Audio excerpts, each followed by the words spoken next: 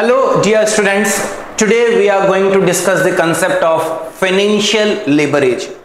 बच्चों ये BST syllabus में एक ऐसा टॉपिक है जो 90% बच्चों को परेशान करता है। मेरे पास बहुत सारे रिक्वेस्ट आती है, सर आप फाइनेंशियल लेवरेज पे एक वीडियो बना के दे दीजिए क्योंकि ये कंसेप्ट हमें समझ नहीं आ रहा है।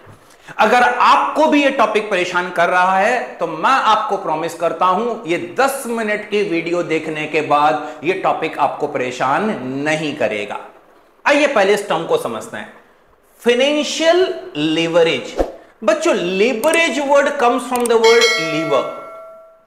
हम सब ने फिजिक्स में एक वर्ड पढ़ा था बचपन में, साइंस तो मेरे को भी कुछ याद नहीं है, मेरे को भी पसंद नहीं था, लेकिन कम से कम इतना आसान शब्दों में मतलब पता है। लीवर मतलब एक ऐसी मशीन जहां पे हम कम एफर्ट्स डाल के ज्यादा आउटपुट मतलब ज्यादा लोड को लिफ्ट कर सकते हैं। मतलब एफर्ट्स कम डालना है और रिवार्ड ज्यादा मिलेगा। हर एक वो मशीन जहां कम एफर्ट से ज्यादा रिवार्ड मिलता है वो लीवर है। सिमिलरली फाइनेंस में लीवरेज वर्ड का मतलब क्या आ रहा है? सी, जो हमारा फाइनेंशियल मैनेजमेंट का ऑब्जेक्टिव होता है, फाइनेंशियल मैनेजमेंट का ऑब्जेक्टिव एक ही होता है, वो है हमारे शेयर होल्डर के वेल्थ को मैक्सिमाइज करना। अगर हम शेयर होल्डर के वेल्थ को मैक्सिमाइज कर सकते हैं तो माना जाता है कि फाइनेंशियल मैनेजमेंट अच्छा है, और जो मैनेजमेंट शेयर होल्डर के वेल्थ को मैक्सिमाइज नहीं कर सकती है माना जाता है कि वहां पे मैनेजमेंट, जो फाइनेंस का मैनेजमेंट है वो अच्छा नहीं है। अब शेयर होल्डर के वेल्थ को मैक्सिमाइज करना मतलब कंपनी की ईपीएस को बढ़ाना, कंपनी की रिटर्न ऑन इक्विटी को बढ़ाना, कंपनी के शेयर के मार्केट प्राइस को बढ़ाना। शेयर होल्डर के रिटर्न को हम कैसे मैक्सिमाइज कर सकते हैं? दो तरीके हैं। पहला, by increasing the profitability of the company. अगर प्रॉफिट बढ़ेगा तो डेफिनेटली रेसिडुअल प्रॉफिट भी बढ़ेगा, तो शेयर होल्डर का रिटर्न ऑटोमेटिकली मैक्सिमाइज हो जाएगा। That is not the concept of leverage. अगर आप प्रॉफिट बढ़ा के शेयर होल्डर का रिटर्न बढ़ाते हो तो वो लीवरेज नहीं है। ऑप्शन 2, बिना प्रॉफिट्स को इंक्रीज करे बिना, आई रिपीट, बिना प्रॉफिट्स को इंक्रीज करे बिना हम शेयर होल्डर के रिटर्न को कैसे बढ़ा सकते हैं? That is known as financial leverage. समझिएगा, बिना प्रॉफिट्स को बढ़ाए बिना मतलब कम एफर्ट्स डाल के किस तरीके से हम रिटर्न को बढ़ा सकते हैं, इसीलिए इस कंसेप्ट का नाम है फाइनेंशियल लेवरेज। मैंने सीबीएसई क्लास 12 की बीएसटी की बहुत सारी बुक्स देखी है, लेकिन एक सिंपल सरल भाषा में डेफिनेशन मुझे उन बुक्स में नहीं मिला। वो जो डेफिनेशन बुक्स में दे रहे हैं वो बच्चों को समझने में परेशानी करता है, इसीलिए शायद आप कंसेप्ट को समझ नहीं पा रहे हैं। इसलिए मैं आपको आज एक डेफिनेशन दे रहा हूं फाइनेंशियल लेवरेज का, और मैं चाहूंगा आप इसको नोट डाउन करें। Concept of financial leverage states that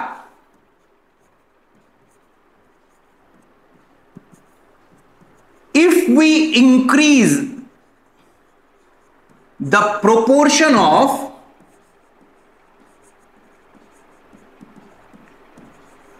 debt in the capital structure,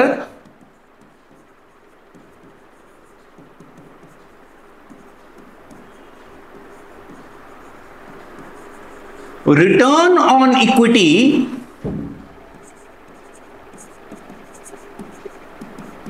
will increase provided that, very important, provided that return on investment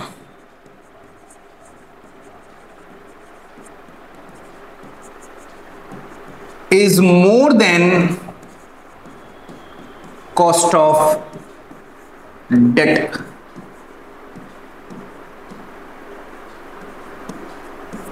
RA is representing return on assets या return on investment, and KD represents cost of debt. I repeat, concept of financial leverage states that if we increase the proportion of debt in the capital structure, the return on equity will increase provided that return on investment is more than the cost of debt. बहुत सरल भाषा में अगर हम बोले तो यहां पे हम डेट इक्विटी रेशियो को इंक्रीज करने की बात कर रहे हैं। 1 मिनट रुक जाइएगा बच्चों। What is capital structure? Capital structure simply means the proportion of debt and equity. I repeat, proportion of debt and equity कि कंपनी में जो टोटल कैपिटल लगा है उसमें डेट इक्विटी का प्रोपोर्शन क्या है। अब आपको डेफिनेशन ये तो बोल रहा है कि जब हम डेट को बढ़ाएंगे रिटर्न ऑन इक्विटी बढ़ जाएगा, जब हम डेट को बढ़ाएंगे रिटर्न ऑन इक्विटी बढ़ जाएगा, लेकिन दो बातों पे हमारा फोकस रहना चाहिए। नंबर वन, यह कंसेप्ट तभी काम करेगा अगर हमारा return on investment cost of debt से ज्यादा है तो। आई रिपीट, ये कंसेप्ट तभी काम करेगा अगर हमारा return on investment cost of debt से ज्यादा हो तो। अगर उल्टा हो गया, अगर कॉस्ट ऑफ डेट ज्यादा हो गया रिटर्न ऑन इन्वेस्टमेंट से, तो फाइनेंशियल लिवरेज शेयर होल्डर के फेवर में ना काम करके शेयर होल्डर के अगेंस्ट काम करेगा। वो रिटर्न ऑन इक्विटी को बढ़ाने की जगह रिटर्न ऑन इक्विटी को घटा देगा।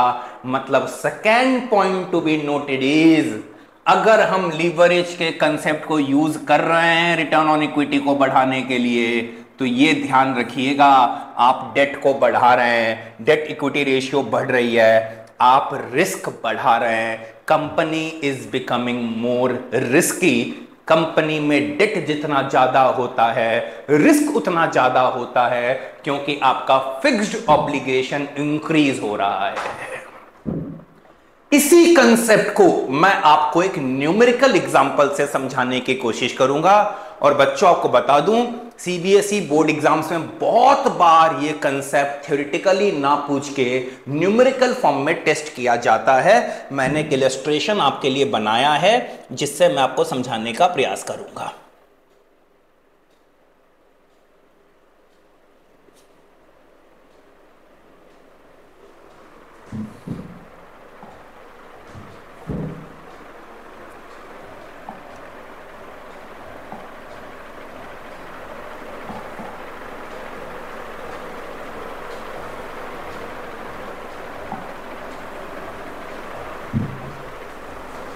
आइए इस चीज को समझते हैं। हमने तीन सिचुएशन लिया है, केस 1, केस 2, केस 3। और आप देखिएगा तीनों केसेस में हमारा कैपिटल एम्प्लॉयड 20 लाख रुपया ही है। मैंने टोटल कैपिटल को कांस्टेंट रखा है, मैंने टोटल कैपिटल में कोई भी चेंज नहीं किया है। याद करिए हमारा डेफिनेशन क्या बोल रहा था, जब हम कैपिटल स्ट्रक्चर में डेट के प्रोपोर्शन को इंक्रीज करेंगे रिटर्न ऑन इक्विटी इंक्रीज होगा। देखिए case 1 is a fully equity form, जहां पे कोई भी डेट नहीं है, मतलब 100% पूरा 20 लाख रुपया इक्विटी से आया है। केस 2 में हमने 25% डेट डाल दिया है, मतलब 5 लाख रुपया हमने लाया है 10% डिवेंचर से और बाद बाकी 15 लाख रुपया हम ला रहे हैं इक्विटी से। केस 3 में हमने डेट को फर्दर इंक्रीज करके 50% कर दिया है और हमारा इक्विटी से पैसा आ रहा है 10 लाख और डेट से पैसा आ रहा है 10 लाख। तो एज पर द डेफिनेशन हम जा रहे हैं, what I am trying to do, I am trying to increase the proportion of debt in the capital structure. Case 1 debt is 0, it's a full equity form. Case 2 debt का weightage is 25%, equity is 75%. Case 3 debt का weightage is 50% and equity का weightage is 50%. Let's say our EBIT, earning before interest and tax, comes to rupees 5 lakh. और ये भी हमने तीनों cases में constant ले लिया है, हमने तीनों केसेस में 5 लाख रुपया ही ले लिया है, हमने 5 लाख रुपया ले लिया कांस्टेंट। मतलब हम अर्निंग्स में कोई भी चेंज नहीं कर रहे हैं, हम टोटल कैपिटल में भी कोई भी चेंज नहीं कर रहे हैं, हम चेंज केवल और केवल कहां कर रहे हैं, हम चेंज केवल और केवल कैपिटल स्ट्रक्चर में कर रहे हैं, हम केवल और केवल डेट इक्विटी के प्रोपोर्शन को चेंज कर रहे हैं। डेट में हमारे पास क्या है, 10% डिवेंचर आई। इंटरेस्ट, पहले केस में डेट है नहीं तो इंटरेस्ट आएगा नहीं। दूसरे केस में हमारा डेट 5 लाख है, 5 लाख का 10% हमारा हो गया इंटरेस्ट का अमाउंट 50,000 रुपया। थर्ड केस में हमारा डेट 10 लाख रुपया है, 10 लाख रुपए का 10% हमारा हो गया 1 लाख रुपया। EBIT minus interest we get PBT, profit before tax. ये हमारा आ गया यहां पे 5 लाख, ये हमारा आ गया यहां पे 4.5 लाख, और ये हमारा यहां पे आ गया 4 लाख। अब पीबीटी, प्रॉफिट बिफोर टैक्स, से हम टैक्स माइनस करेंगे।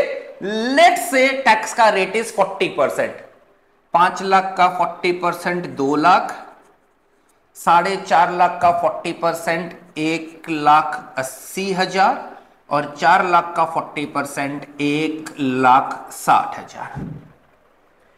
PBT minus tax is PAT, profit after tax.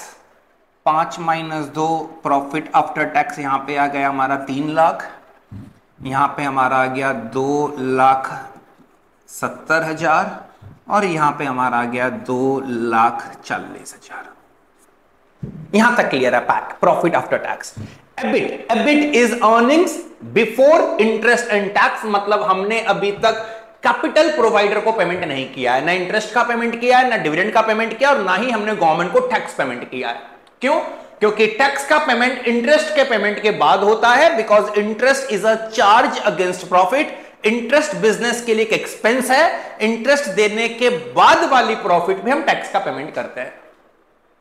EPS का हमारा फॉर्मूला होता है PAT by number of equity shares. हमने माना है एक शेयर 10 रुपए का है, पहले केस में इक्विटी कैपिटल 20 लाख है, मतलब number of equity shares 2 lakh है। यहां पे हमारा इक्विटी कैपिटल 15 लाख है, मतलब number of equity shares 1.5 lakh है। यहां पे हमारा इक्विटी कैपिटल 10 लाख है, मतलब number of equity shares 1 lakh है। अब हम निकालेंगे EPS. EPS is PAT divided by number of equity shares. 3 lakh divided by 2 comes to rupees 1.5, मतलब यहां पे इक्विटी शेयर होल्डर के लिए पर शेयर हम 1.5 रुपया कमा रहे हैं। यहां पे हमारा आएगा 2,70,000 भागा 1,50,000, 1.8। यहां पे हम इक्विटी शेयर होल्डर के लिए पर शेयर 1 रुपया 80 पैसा कमा रहे हैं, और यहां पे आएगा 2,40,000 भागा 1 लाख, 2.4, मतलब यहां पे इक्विटी शेयर के लिए पर शेयर हमारा अर्निंग्स है 2.4 रुपीज। हम ईपीएस की जगह रिटर्न ऑन इक्विटी भी निकाल सकते हैं। रिटर्न ऑन इक्विटी का फॉर्मूला होगा PAT by equity capital into 100। ये अर्निंग पर शेयर की लैंग्वेज में आ रहा है, ये हमारा रिटर्न परसेंटेज टर्म्स में आ जाएगा। तो ये हो जाएगा हमारा 3 लाख भागा 20 लाख गुना 100, 15%। ये हमारा आ जाएगा 270 डिवाइडेड बाई 15 लाख इंटू 100, ये हमारा आ जाएगा 18%, और ये हमारा आ जाएगा 240 बाई 10 लाख इंटू 100, 24%। अब आप देखोगे यहां पे क्या हुआ। क्या हमने टोटल कैपिटल में कोई चेंज किया? नहीं सर, टोटल कैपिटल पहले भी 20 लाख था, सेकेंड केस में भी 20 लाख था, थर्ड केस में भी 20 लाख था। क्या हमने एबिट में कोई चेंज किया? नहीं सर, एबिट तीनों केसेस में ही 5 लाख रुपया है। जब हमारी प्रॉफिट में कोई चेंज नहीं है, जब हमारी कैपिटल स्ट्रक्चर में, टोटल कैपिटल में कोई चेंज नहीं है, तो फिर ये ईपीएस या रिटर्न ऑन इक्विटी इंक्रीज कैसे हो रहा है? आप एक बार डेफिनेशन को मैच करिएगा। डेफिनेशन मैंने क्या लिखवाया था?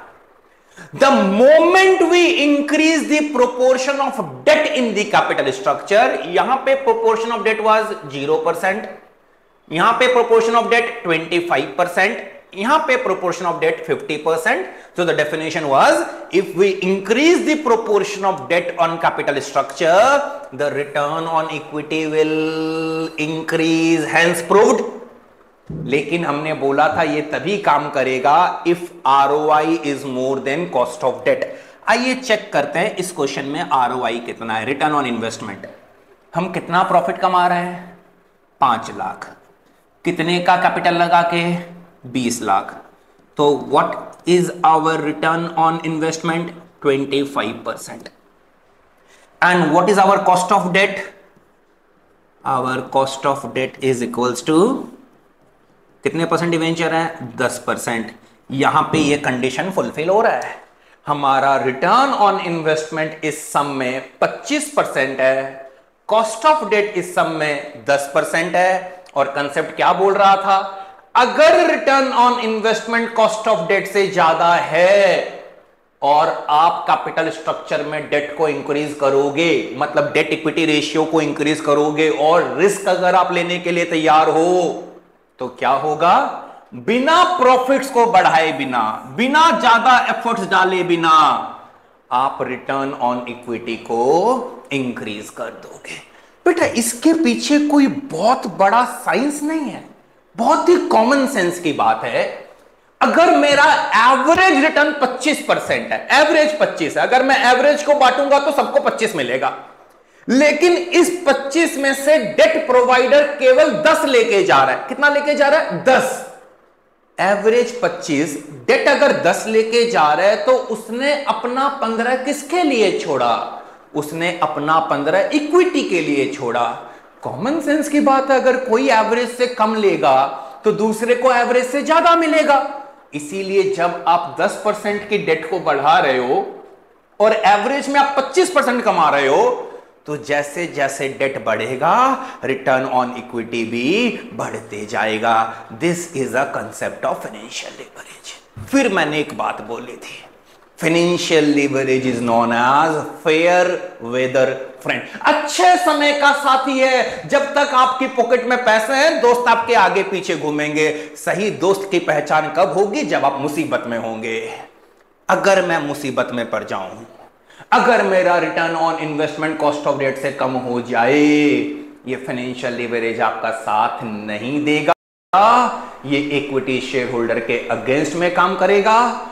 इस टॉपिक को भी हम न्यूमेरिकल एग्जांपल से समझाएंगे in the next video, financial leverage part 2। I hope मेरी ये वीडियो आपके लिए बहुत फ्रूटफुल रही होंगी और आपको फाइनेंशियल लीवरेज का कंसेप्ट समझाने में मैं सफल हुआ हूंगा। Thank you so much.